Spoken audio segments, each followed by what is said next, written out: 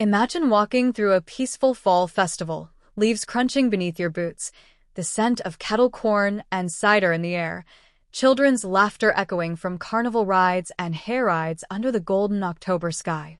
Families laughing, couples holding hands, the small-town charm wrapping around you like a cozy sweater. And right in the center of it all, an innocent attraction, one that draws hundreds every year, the corn maze. A harmless tradition until it wasn't. Because on one chilly afternoon in 2013, during the peak of autumn season in a tight-knit Iowa town, a 9-year-old boy wandered into that very corn maze and vanished, without a trace. No scream. No struggle. No clues. Just gone. For 10 agonizing years, his disappearance remained a cold case, locked away in dusty files and haunted memories. But recently, just when hope had withered, a piece of drone footage surfaced that shattered everything we thought we knew. What that camera captured from above the rustling stalks, it defied logic. It exposed a secret that no one was supposed to see. And it's something you'll never forget. Now, before we dive in deeper, I want to speak directly to you, not just as a viewer, but as a human being who has ever lost something, even for a moment. Maybe it was your child at the grocery store, your sibling at a busy fair, a pet that slipped out the back door. That heart-dropping panic, the sudden freeze in time, that horrible what if that spirals uncontrollably. That's where this story begins, not with fear, but with that all-too-familiar knot in the stomach that every parent, every sibling, every one of us can recognize. And I promise you this, you came here today because that title pulled something out of you, a question, a need for an answer. And yes, by the time we reach the end of this video, you'll get that answer. You're not just watching a story, you're becoming a part of it. So lean in. Listen closely. Because once the truth starts to unfold, there's no turning back. This story has everything that grips the soul: mystery, heartbreak, a town frozen in grief, and a twist that even the authorities never saw coming. And the best part? You and I are going to solve this together. Not with conspiracy theories or cheap drama, but with real, verified details that emerged over a decade, piece by harrowing piece. You'll meet the mother who never stopped searching, the sheriff who carries regret in his eyes, the local teens who swore they saw something that night but were too scared to speak up. And then there's the footage, taken by a local YouTuber flying his drone over an abandoned field near the old fairgrounds. What he caught on camera rewrote the story completely, and brought a wave of media attention back to a case everyone had quietly tried to forget. This isn't fiction. This is real. And you're going to see it all. I know there are a million things pulling at your time right now. Texts, notifications, other videos. But here's the thing. Every second of this story matters. One sentence missed could mean one clue lost. And I'm not just throwing that out as a gimmick. This video was crafted with care, with focus, and with you in mind. Someone who doesn't want fluff, someone who wants the truth. You'll understand how one boy's disappearance exposed cracks in a community's sense of safety. How secrets festered beneath a perfectly manicured surface. How technology, something as simple as a drone, became the key to justice. So, if you've ever wondered how something so innocent can become the center of a nightmare, stay with me. Let's talk about the day it happened. October 19th, 2013. It was the town's annual Harvest Festival, hosted on the sprawling farmland of the Whitmore family. Known for their elaborate corn mazes, hayrides, pumpkin patches, and bonfires, the Whitmore fields were packed from morning until sundown. That year's maze theme? Wild West. Dozens of winding paths cut into 10-foot-tall corn, designed to challenge even the most determined visitors. Among the crowd that day was single mother Rachel Bennett and her 2 kids, 14-year-old Kayla and 9-year-old Aiden. It was supposed to be a distraction. Something light and festive after a hard year of divorce and financial struggles. Aiden, full of energy and curiosity, had begged to go into the maze on his own. Just for a few minutes. "I'll be fine, Mom, I swear," he had said, grinning, eyes gleaming beneath his floppy brown bangs. Rachel agreed, thinking she'd watch from the exit point, just a few yards away. But minutes turned into hours. And Aiden never came out.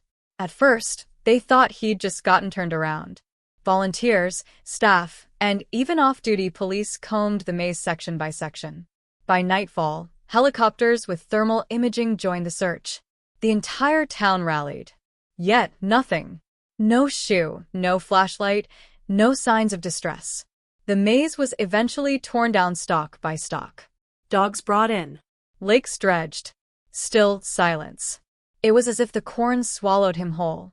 And from that day on, the story of the boy who vanished in the maze became local legend, a dark fairy tale whispered behind closed doors and classroom walls. But Rachel never gave up. Every October, she returned to the fairgrounds, walking the perimeter, placing fresh flowers at the entrance. Hoping. For years, it stayed quiet. Until last month, when a drone hobbyist, filming abandoned fairground footage for a Halloween-themed exploration video, captured something no one could explain.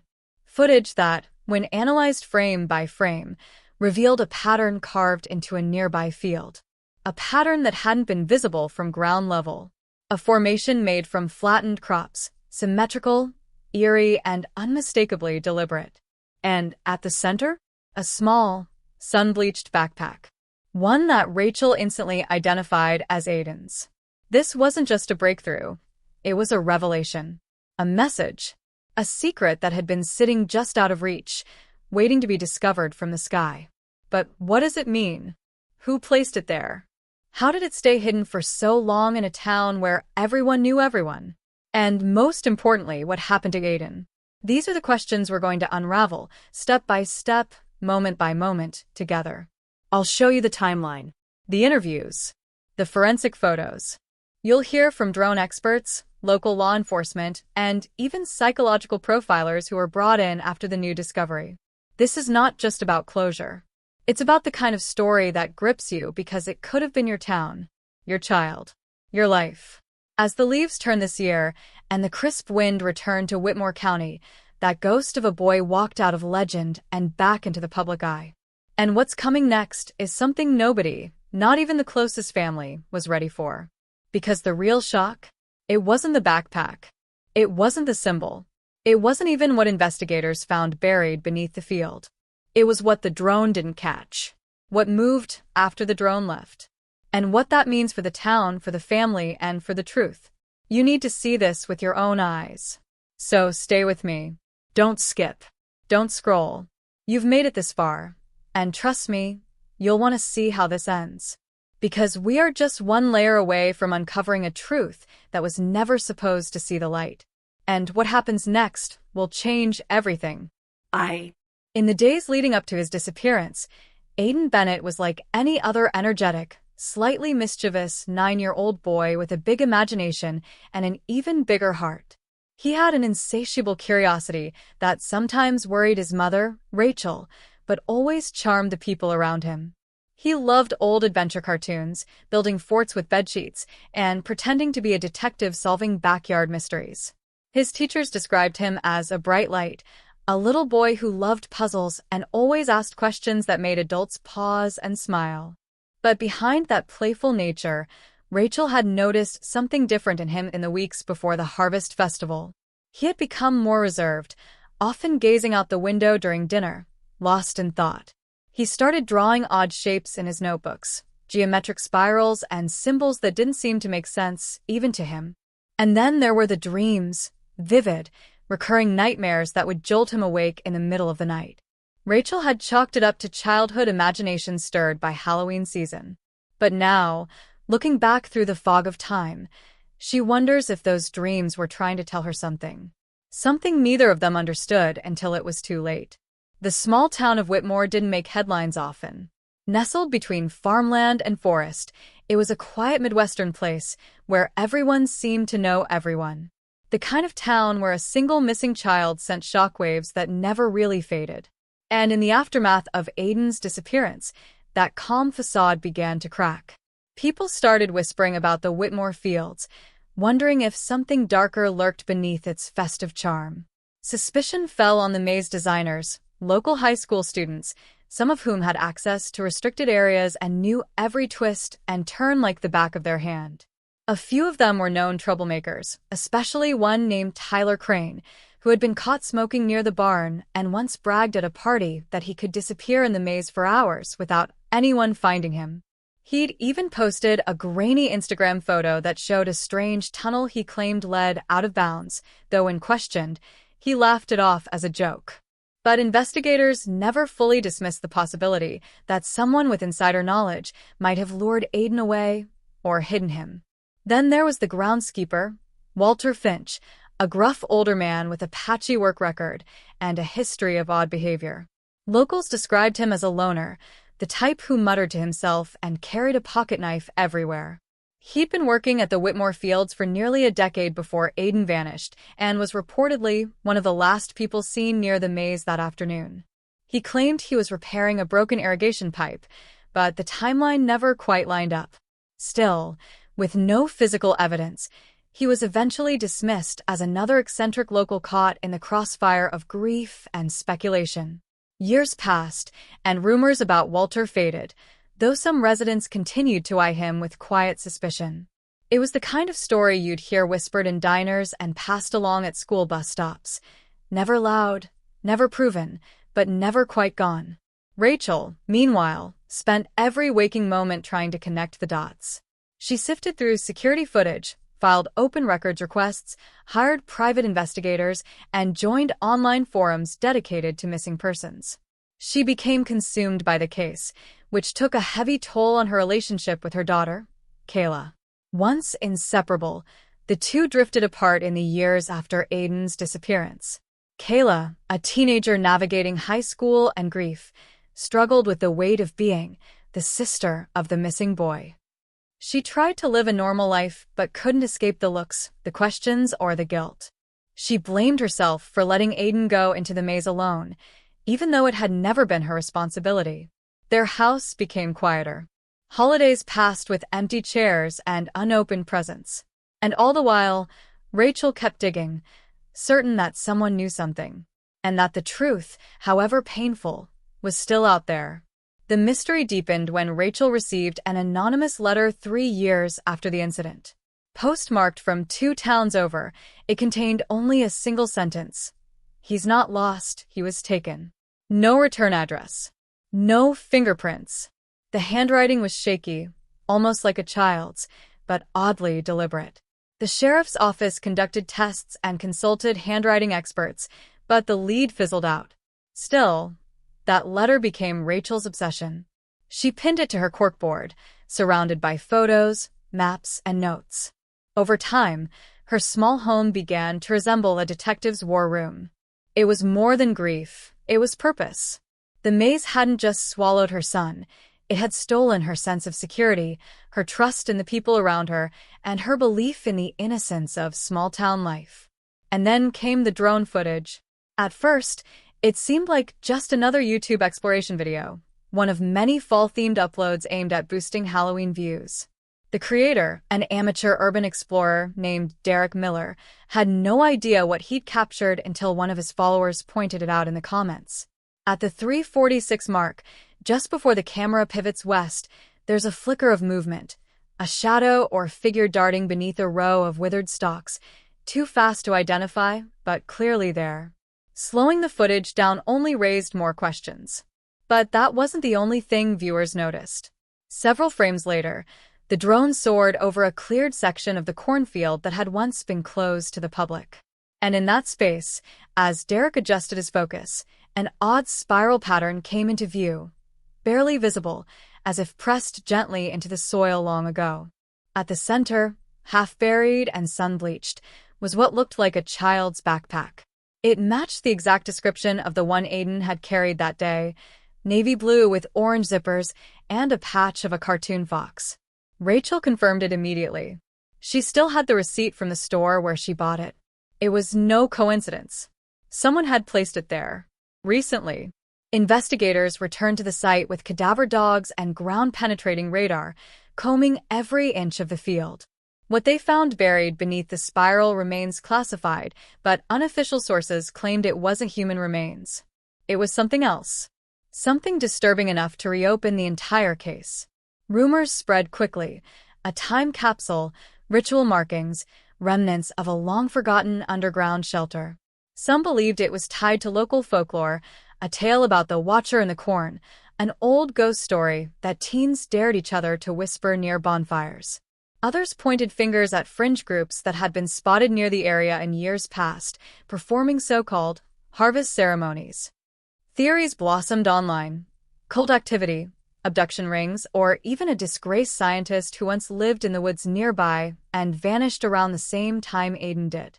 Each theory added a new suspect, a new layer, a new crack in the foundation of what was once considered a closed case. As more footage emerged, some of it digitally enhanced by amateur sleuths on Reddit, viewers noticed odd inconsistencies in the landscape. Paths that didn't match old maps. Shadows that didn't line up with the sun's position. One viewer even claimed to see what looked like a figure waving from the edge of the frame, though officials chalked it up to pixel distortion. Still, the questions kept piling up. Why did no one find the backpack sooner? Why had the spiral pattern never been spotted on satellite images before? And most chilling of all, who had access to that part of the field recently enough to leave a nearly pristine item in such a specific position? The reopening of the case triggered renewed interest from national media outlets. Podcasters, journalists, and armchair detectives descended on Whitmore, digging into old records, interviewing past employees of the fairgrounds, and re-examining statements from 2013. And with them came more questions, more contradictions, and more people with reasons to hide. Tyler Crane, now in his 20s and living out of state, refused all interview requests. Walter Finch, the former groundskeeper, had moved without leaving a forwarding address. And Rachel? She remained front and center, more determined than ever, but growing increasingly wary. Because the closer she got to the truth, the more it began to feel like someone didn't want it found. And that brings us to now. With eyes from across the country suddenly fixed on this small Iowa town, the stakes have never been higher. People are watching. The drone footage has gone viral. And the whispers are turning into voices. But one thing remains unclear, and it's the question at the center of this entire story. If someone deliberately placed that backpack there, what are they trying to say? Is it a message? A threat? Or a clue? Because just when it seemed like the puzzle couldn't get any more twisted, a second drone clip surfaced. Uploaded anonymously, without GPS tags or a clear timestamp, it shows a different section of the field, one that hadn't been searched in years. And in the final seconds, as the drone sweeps across a clearing, there's a flash of something metallic. Not random. Not accidental. Deliberate. And the truly terrifying part? It wasn't there in the first video. The second drone clip changed everything. Uploaded from a burner account with no bio, no followers, and no traceable metadata, it caught Rachel off guard. She wasn't even the first to see it. A Reddit thread titled "New Whitmore Maze Clip Shows Disturbing Update" had already racked up thousands of views and comments before it reached her inbox. At first, she was skeptical. Hoaxes and clickbait surrounding Aiden's disappearance had spiked ever since the case went viral. But the footage looked real. Too real. The lighting, the camera shake, the surrounding fields, every detail matched what she remembered of Whitmore Fields. And that glint of something metallic just beyond the corn's edge? It looked eerily similar to the compass pendant Aiden used to wear around his neck.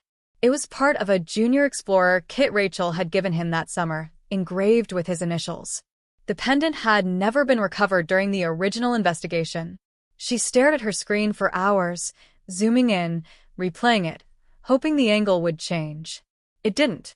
The clip cut off just before the drone could focus. Rachel rushed to contact local authorities, demanding that area of the field be re-examined. But when the sheriff's office returned to the site, less than 48 hours later, there was nothing there. No pendant. No signs of soil disturbance. No prints. Nothing. Even the spiral in the soil had partially faded, as if someone had come through and tampered with it. Surveillance footage from nearby traffic cams showed nothing unusual. But Rachel was convinced. Someone had been there. Someone who didn't want that pendant, or what it represented, to be found. And that was when the phone call came.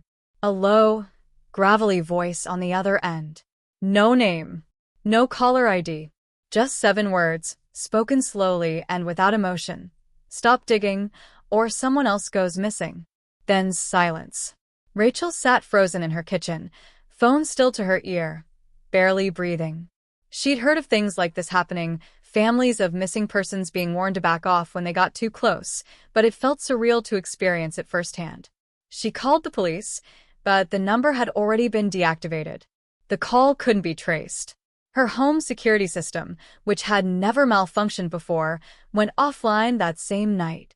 The cameras blinked out for just under 6 minutes.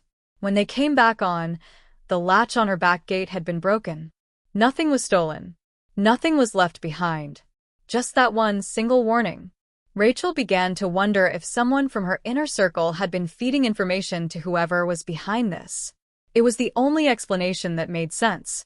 The drone clip had only been shared with a handful of people, close friends, a retired detective she trusted, and an online community of digital analysts who'd been helping her reconstruct the maze in 3D using archived satellite imagery.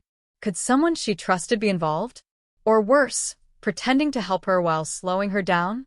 That suspicion grew after she received an unexpected message from an old friend, Mara Jensen, a childhood classmate turned investigative journalist who had covered missing persons cases across the country.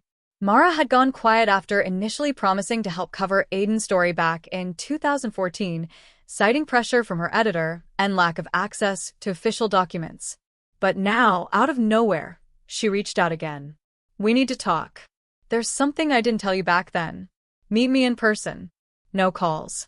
No emails. Rachel agreed. They met in a discreet diner outside city limits. Mara looked different, more anxious, scanning the parking lot every few seconds, like she expected someone to follow her. She explained that shortly after Aiden vanished, she'd received a tip from an anonymous source who claimed Whitmore Fields had once been used for secret experiments tied to a now-defunct research program during the Cold War. According to the source, underground bunkers had been scattered across the Midwest, hidden beneath cornfields and forested land. Most were sealed off, forgotten. But one, located beneath Whitmore, was still partially accessible in the early 2000s, before being buried for good. Mara said she'd tried to verify it at the time, but the deeper she looked, the more roadblocks she encountered. Records disappeared. FOIA requests were denied. Her editor warned her to drop the story, and a week later, her apartment was broken into. Nothing taken, just files shuffled around. She got scared. Backed off. Rachel didn't want to believe it. It sounded too elaborate, too much like conspiracy theory nonsense. But Mara swore she had proof, old photos, scans of topographical maps, and a contact who used to work for the Army Corps of Engineers. She'd been afraid to share it, but now that Aiden's case had resurfaced, she felt compelled. "I don't think he wandered off," she said quietly. "I think he was taken for a reason. And I think someone down there wanted him." On her way back home, Rachel couldn't shake the feeling that she was being followed. A black SUV appeared in her rearview mirror just past the county line. It kept its distance but didn't make any turns for miles.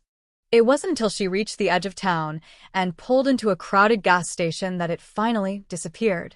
She told herself it was nothing. Paranoia. But deep down, she knew better. Someone was watching.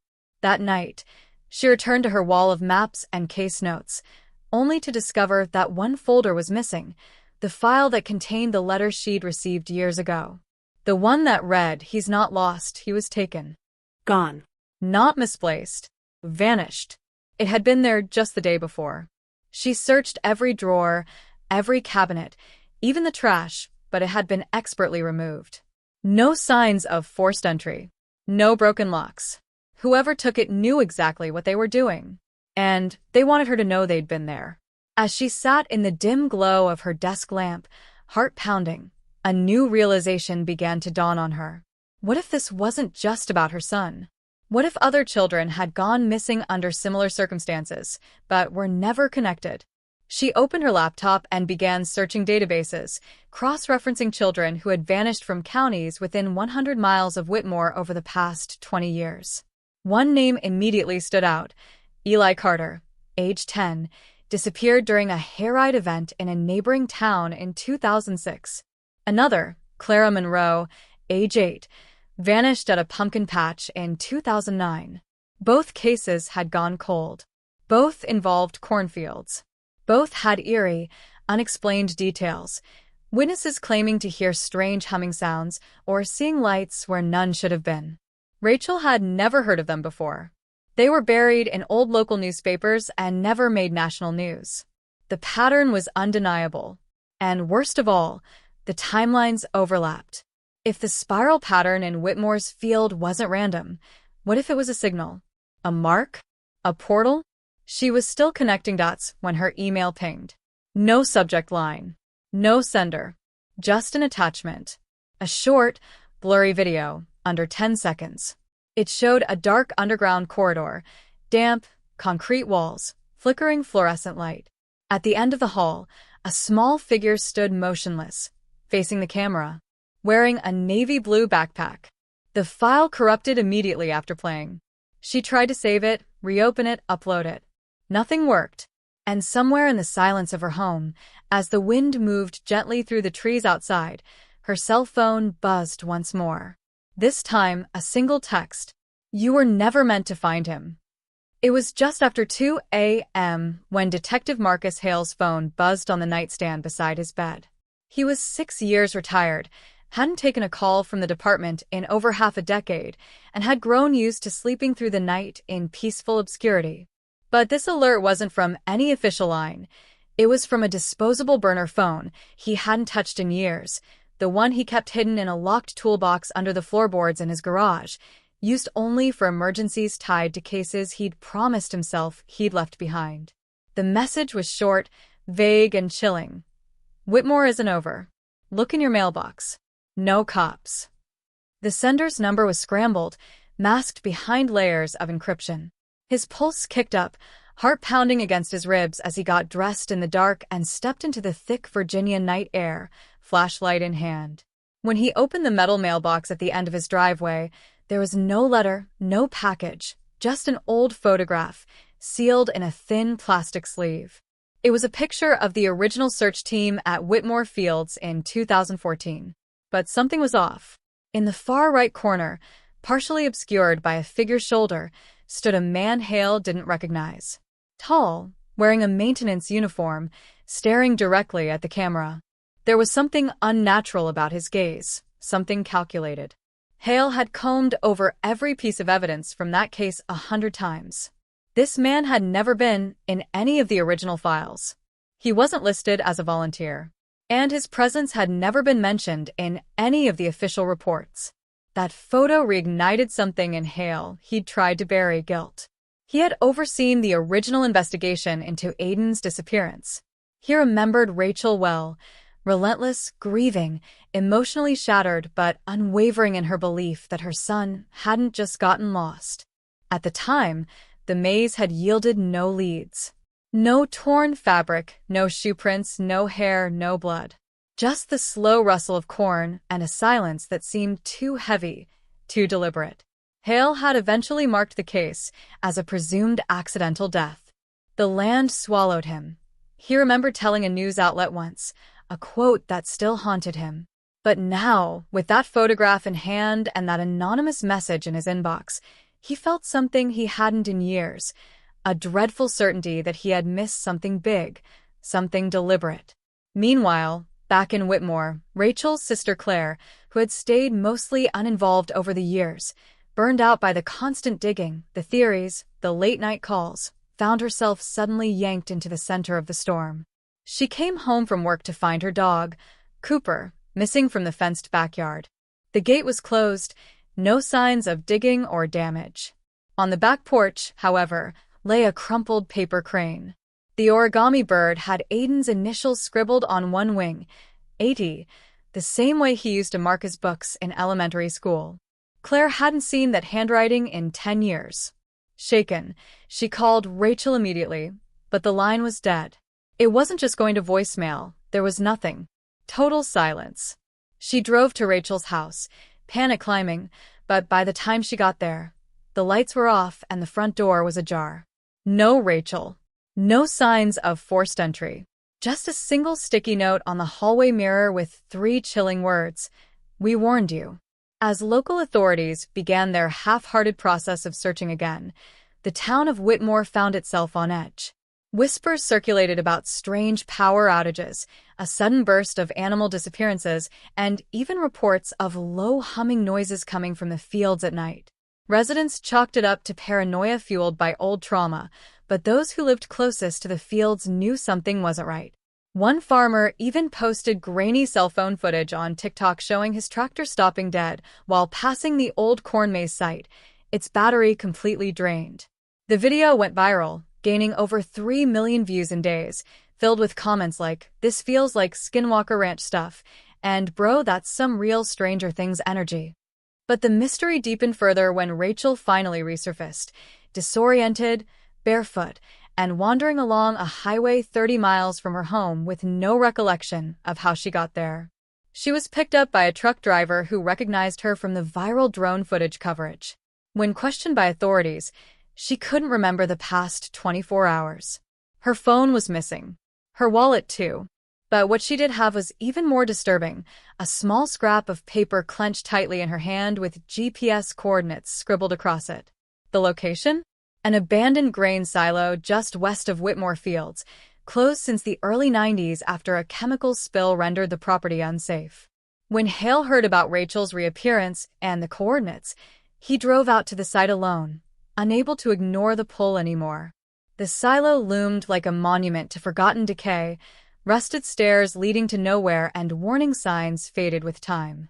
But tucked beneath a false panel behind a row of old barrels, he found a notebook wrapped in thick plastic. With the notebook now in his possession, Hale was left with more questions than answers. Was Aiden alive? Were the other missing children connected? And what did the metal people mean? Robots? Hazmat-suited captors? Or something else entirely? The deeper he dug, the more tangled the threads became. The woman who filed Eli's missing persons report had vanished in 2008. One of the volunteers from Aiden's original search party had since moved out of state and changed his name. And the man in the mystery photograph, the one in the maintenance uniform, matched the description of a janitor who'd worked for a military contracting company tied to Cold War-era experimentation. His name never appeared in any database, almost as if he had been erased. And just when Hale thought he was beginning to make sense of it all, he received a second package. No return address. No markings. Inside was a single item, a VHS tape. On the label, written in black marker, "Watch alone. You missed it the first time." Marcus Hale stared at the unmarked VHS tape resting on his kitchen counter, like it was a ticking bomb. In a world overrun by digital surveillance, encrypted phones, and anonymous servers, something about the analog simplicity of the cassette made his skin crawl. It wasn't just outdated, it was deliberate.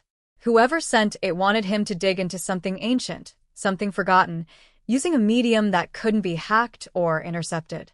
As the late afternoon sun dipped behind the tree line, Hale wheeled out an old portable TV and VCR combo he had stashed in the attic years ago. He felt like he was stepping into a trap, but couldn't stop himself. When the screen flickered to life, what he saw wasn't footage from a drone, or a crime scene, or even surveillance. It was a child's birthday party.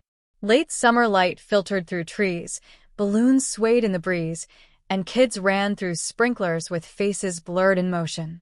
But then the camera slowly zoomed in on a boy standing off to the side. It was Aiden, unmistakably younger, wearing the same blue and orange striped shirt Rachel had described from the day he vanished. The date stamp in the corner read August 2014. 4 days after he was reported missing. The realization hit Hale like a punch to the gut.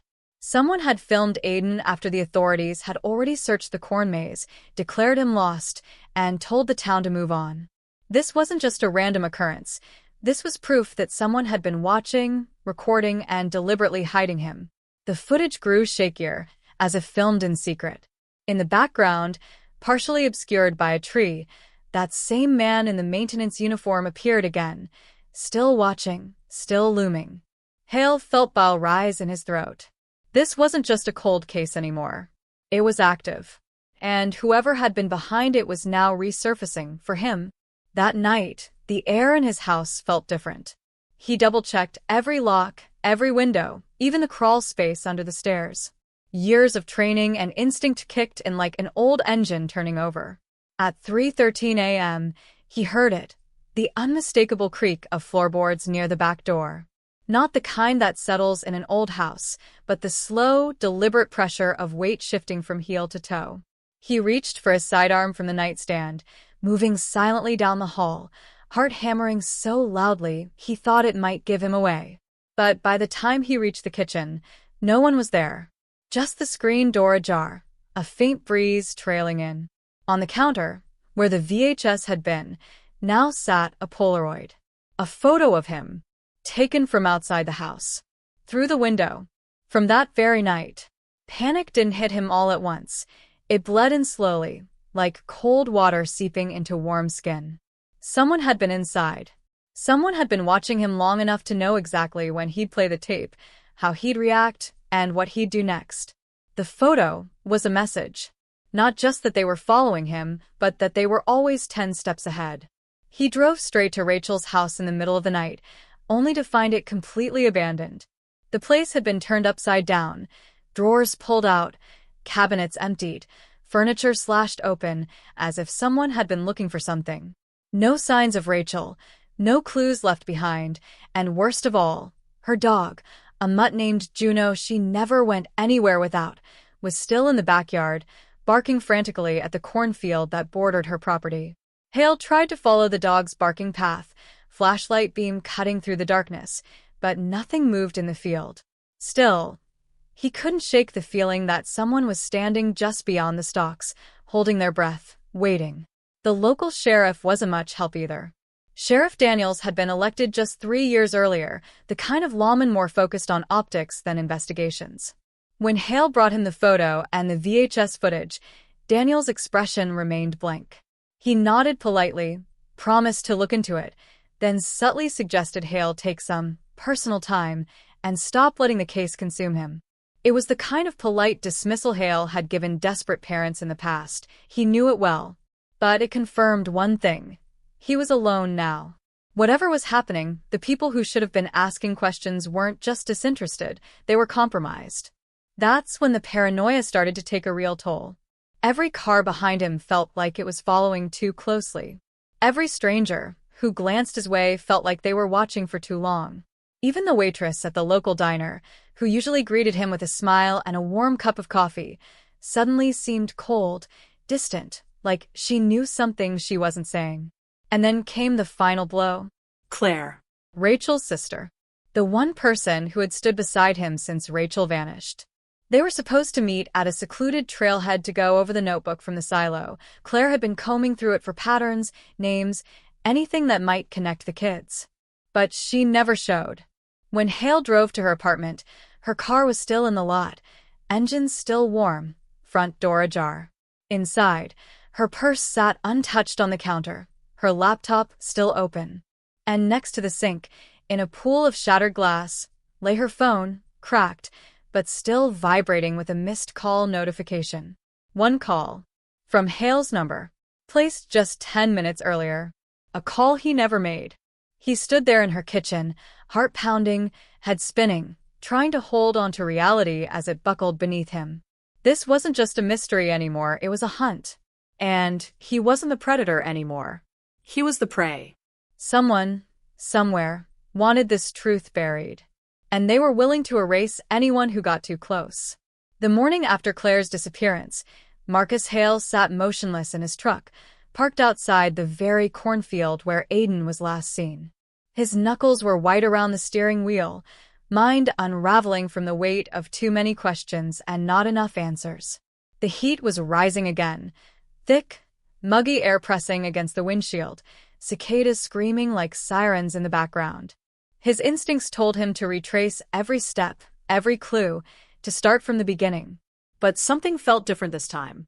There was no more confidence in the process, no more certainty that logic and persistence would eventually expose the truth.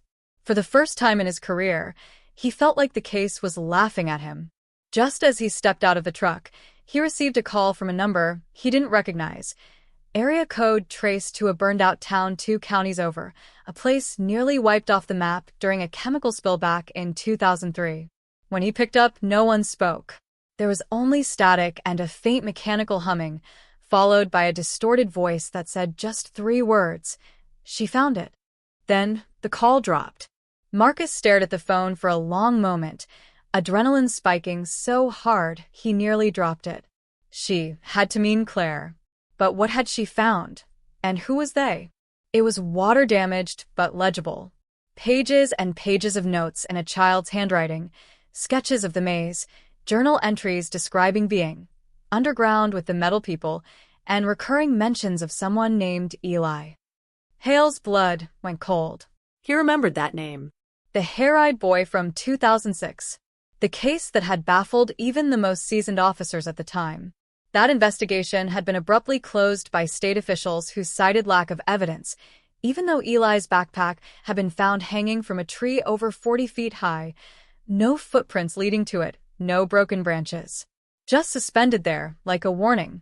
Feeling like he had nothing left to lose, Marcus drove out to an old records storage facility on the outskirts of town, a dusty warehouse where forgotten files, aerial surveys, and utility blueprints were kept by the county before the digital overhaul.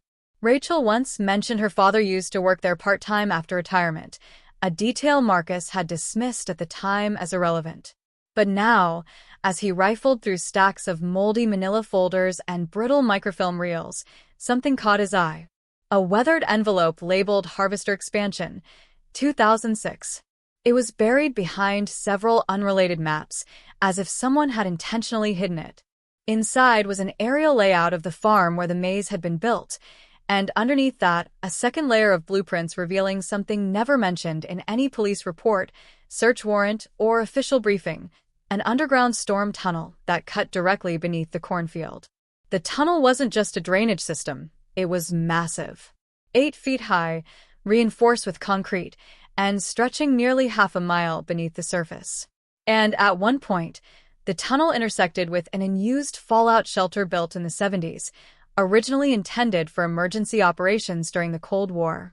It had long been forgotten, buried under decades of overgrowth and bureaucracy. But that changed everything.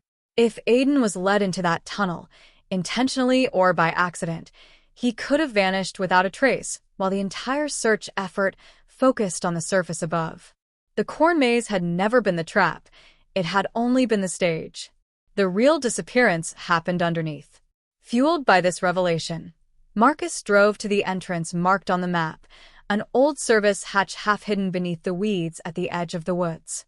He pried it open, his flashlight beam piercing the darkness. The air inside was damp, stale, and heavy with the smell of mildew. As he descended into the tunnel, each step echoed like a warning. The concrete walls were marked with strange symbols, painted numbers, coded arrows, dates. Some were crossed out, others circled in red. And then, just 50 feet in, he found something that stopped him cold, a tattered backpack wedged into a crevice in the wall. Inside were broken pieces of a child's toy robot, a drawing of a house with a smiley sun, and a pair of prescription glasses, scratched but intact. Rachel had told him Aiden was nearsighted. He never went anywhere without them. He took a shaky breath, trying to absorb what this meant. It was proof. Aiden had been down there. But before he could turn back, another noise sliced through the silence. A footstep, not his own. Then another. Someone was in the tunnel with him. He turned off his flashlight, pressing his back to the wall, breath frozen in his throat. A dim light flickered ahead, casting shadows along the corridor. And then, from the dark, a voice, calm, steady, unmistakably familiar. "You should have left it alone, Marcus." It was Sheriff Daniels. Emerging from the shadows in plain clothes, gun drawn, Daniels looked different, less polished, more dangerous, like a man who had worn a mask for far too long. "You think this is about a missing boy," he said, voice low. "This was never about Aiden. This is about legacy. Power. Control." He gestured to the tunnel around them. This town was built on secrets. And every time someone tries to dig them up, they disappear too. Marcus couldn't speak. Couldn't move. All the pieces he'd been chasing, Rachel, the drone footage, the silent town, the disappearing evidence, They weren't just coincidences. They were part of something bigger. Daniels wasn't the lazy, clueless sheriff he pretended to be. He was the gatekeeper. And if Claire had found something, Daniels likely knew where she was now. Just then, a sharp clanging echoed through the tunnel. Metal striking metal, followed by a scream so sudden and blood-curdling it made the walls vibrate. Daniels whipped around, gun raised, but the sound came from deeper inside the shelter. A different voice now, younger, panicked, desperate. "Help me. Please, someone." Marcus's heart nearly stopped. Was it a trap? A recording? Or had he just heard Aiden's voice? The tunnel suddenly didn't feel like a place anymore. It felt like a maze of its own. But this time there might be something or someone still inside, waiting to be found.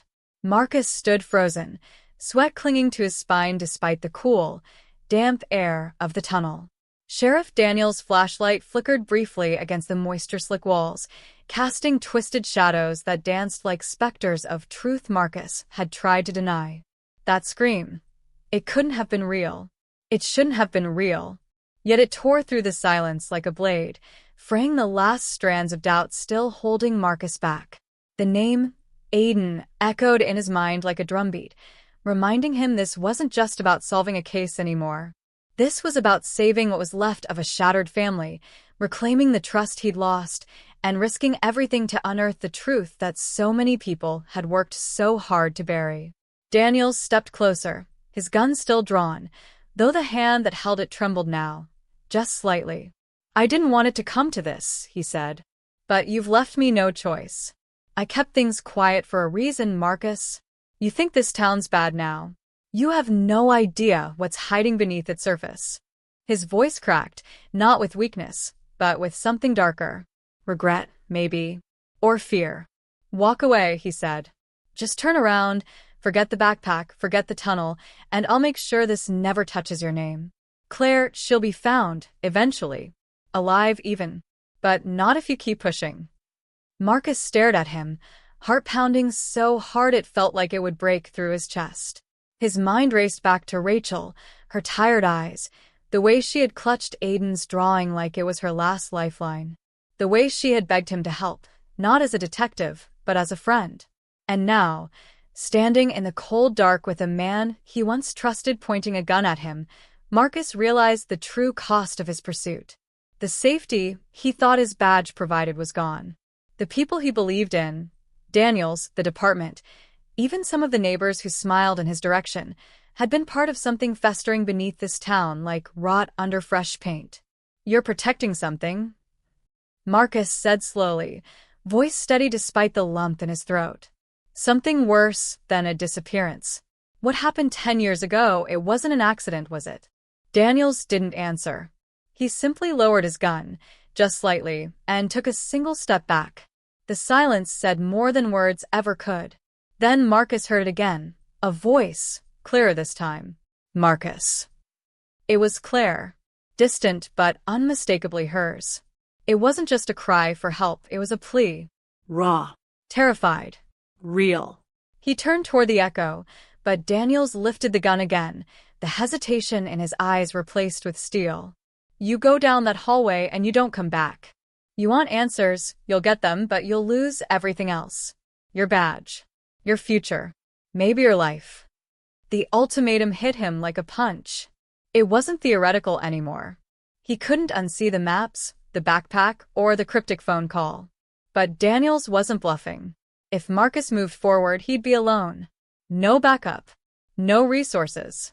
Just a man walking straight into a web where every thread led to someone powerful enough to destroy him. And still, the thought of turning away, of leaving Claire, of giving up on Rachel, of letting Aiden's memory dissolve into another cold case headline, it made his skin crawl. But then something happened that shattered even that twisted standoff. His phone buzzed in his pocket, one bar of reception in a place that shouldn't have had any. It was a text from Rachel. "They came to my house. Said you were dead." I'm scared." Marcus felt his stomach drop. They were trying to rewrite the narrative before it even finished playing out. If Rachel was being threatened, then this conspiracy stretched beyond the tunnels and into every home, every institution in that town. The The stakes weren't just personal, they were orchestrated. Systemic. He turned slowly to Daniels. You lied to her, he said. To Rachel. You told her I was gone. You're not just covering something up, you're trying to erase the people asking questions. Daniels flinched at the accusation, but the expression on his face wasn't guilt. It was grief.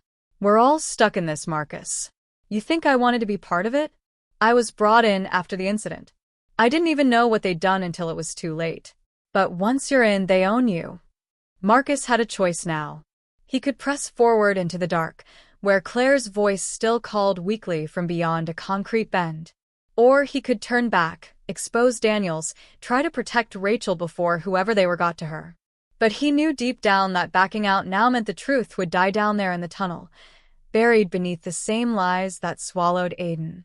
And then, the most unthinkable twist yet. From the corner of his eye, he spotted movement. Another person emerging from the darkness behind Daniels. Not a rescuer. Not a stranger. It was Rachel. Soaked in sweat and dirt, her eyes wide with horror, she stared at Marcus and whispered just loud enough for him to hear. I lied to you too. And the flashlight slipped from Marcus's hand. Marcus's breath caught in his throat as Rachel's words hung in the heavy air like poison. I lied to you too. It didn't register at first, not fully. His mind tried to deny it, rationalize it. Maybe she meant something else. Maybe it wasn't betrayal.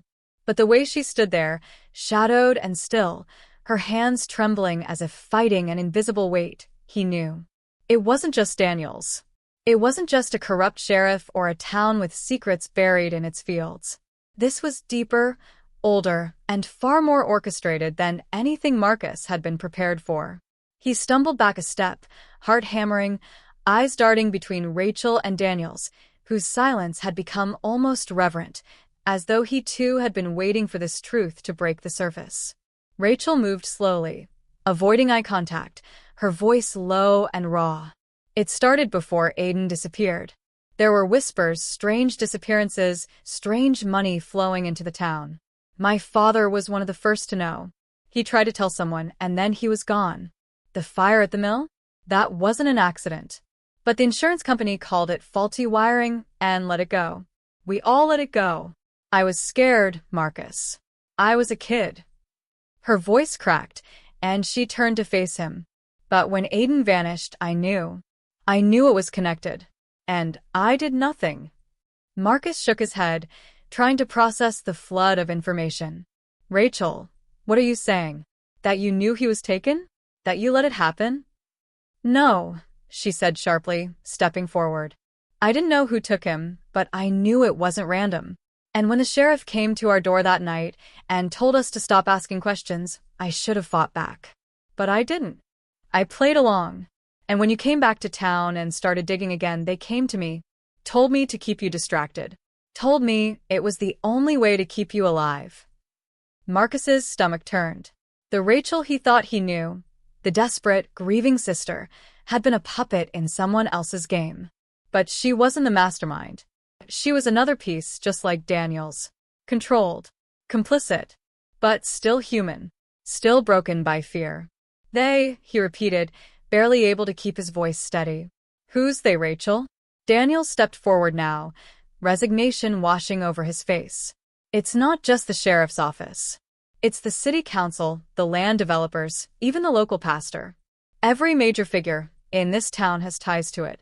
They call themselves the Foundation. It started as a private security initiative back in the 90s, ostensibly to protect the community from rising crime. But somewhere along the way, it shifted. They began experimenting, tracking children, manipulating families, testing social control. Aiden wasn't the only one. There were others. Some never even made the news. Marcus felt the room spin. The Foundation. He had never heard the name, but suddenly it was everywhere. Between the lines of reports, behind vacant stares from officials, beneath every detail that had never made sense. You're telling me this town was part of some kind of covert operation? No, Daniel said. This town is the operation.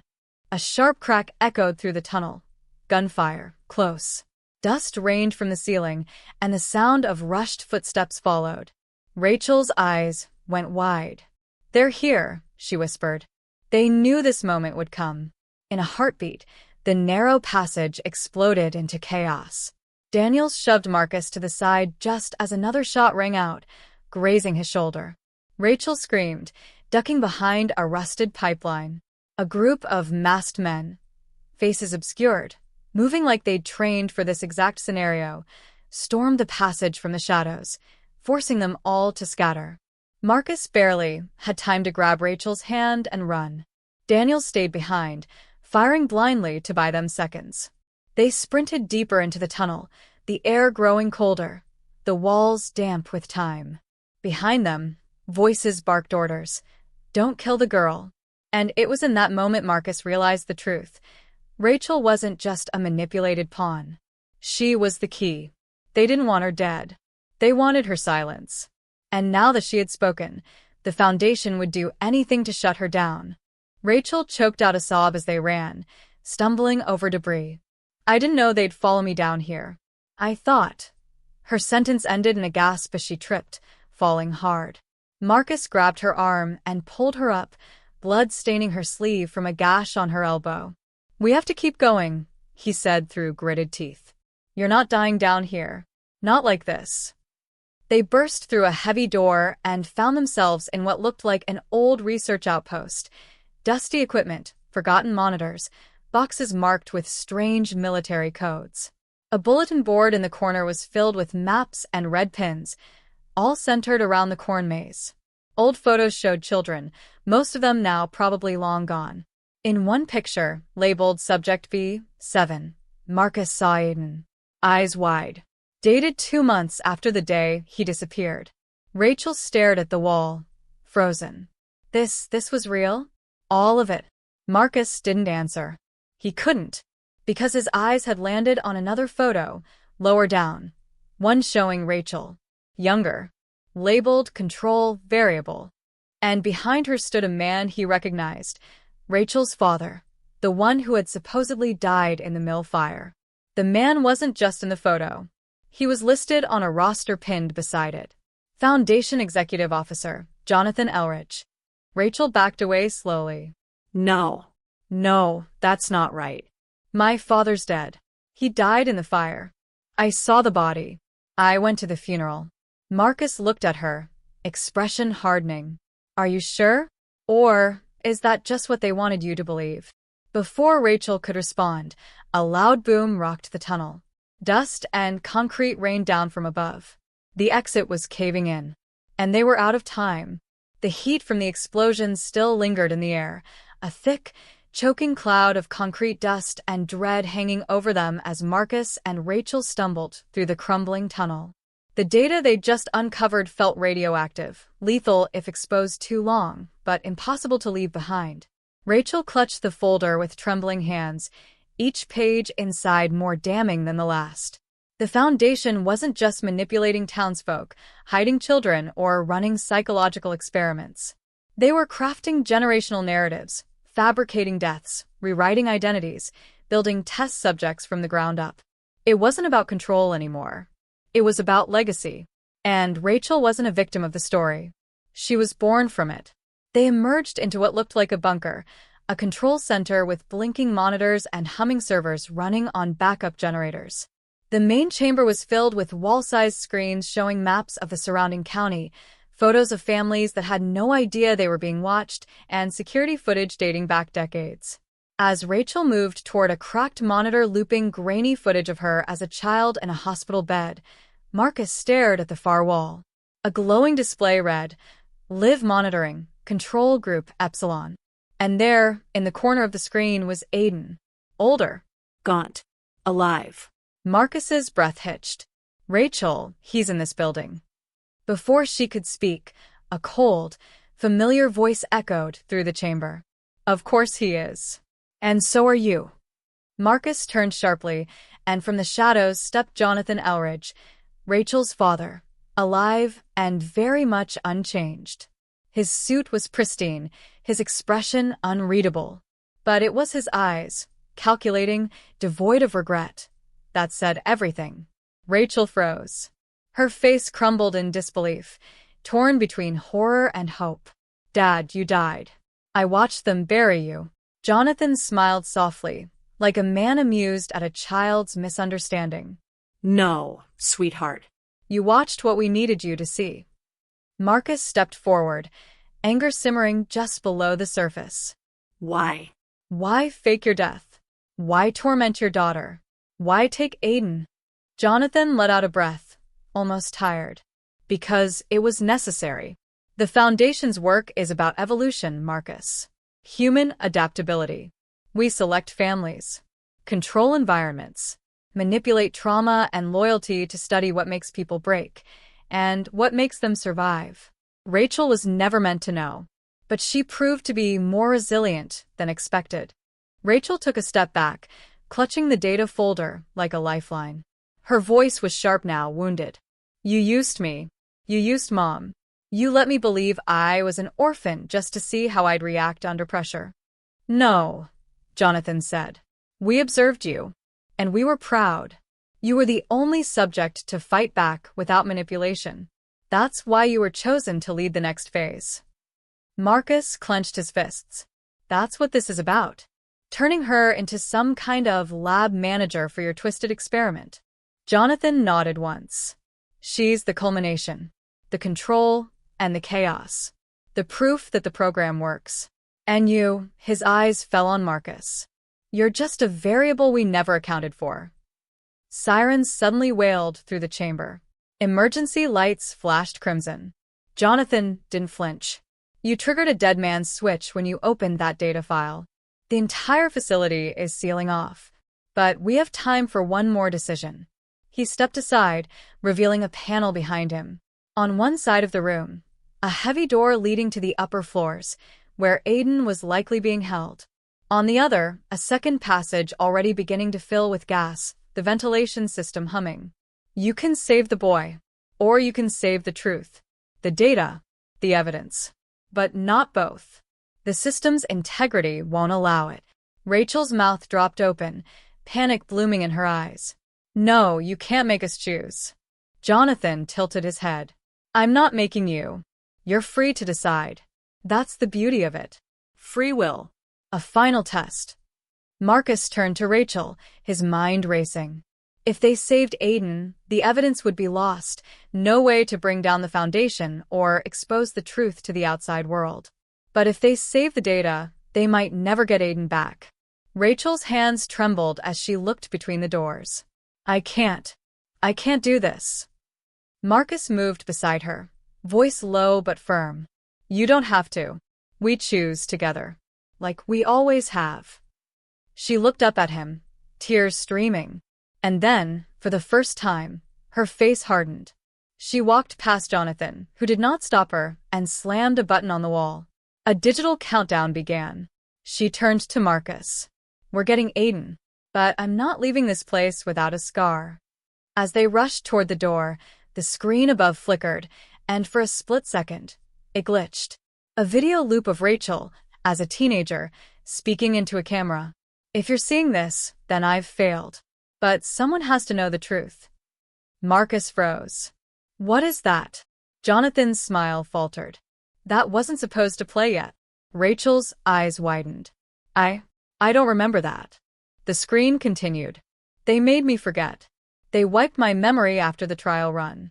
But I left this here, buried in the core logs. Because they won't let me go through it again unless I forget. Rachel backed away slowly, horrified. How many times has this happened? Jonathan didn't answer. Marcus whispered, stunned. This isn't the first trial, is it? And that was the final twist. Rachel hadn't been resisting the Foundation for the first time. She had done this before. Dozens of times. Each time, wiped clean. Reprogrammed. Released back into the town to start again. She was the experiment, not the outlier. And this time, she was starting to remember. The morning light cut through the trees like a quiet mercy, soft and indifferent to the chaos it followed. Smoke still curled upward from the hidden compound deep beneath the woods, its steel skeleton now buried under layers of scorched earth and collapsed ceilings.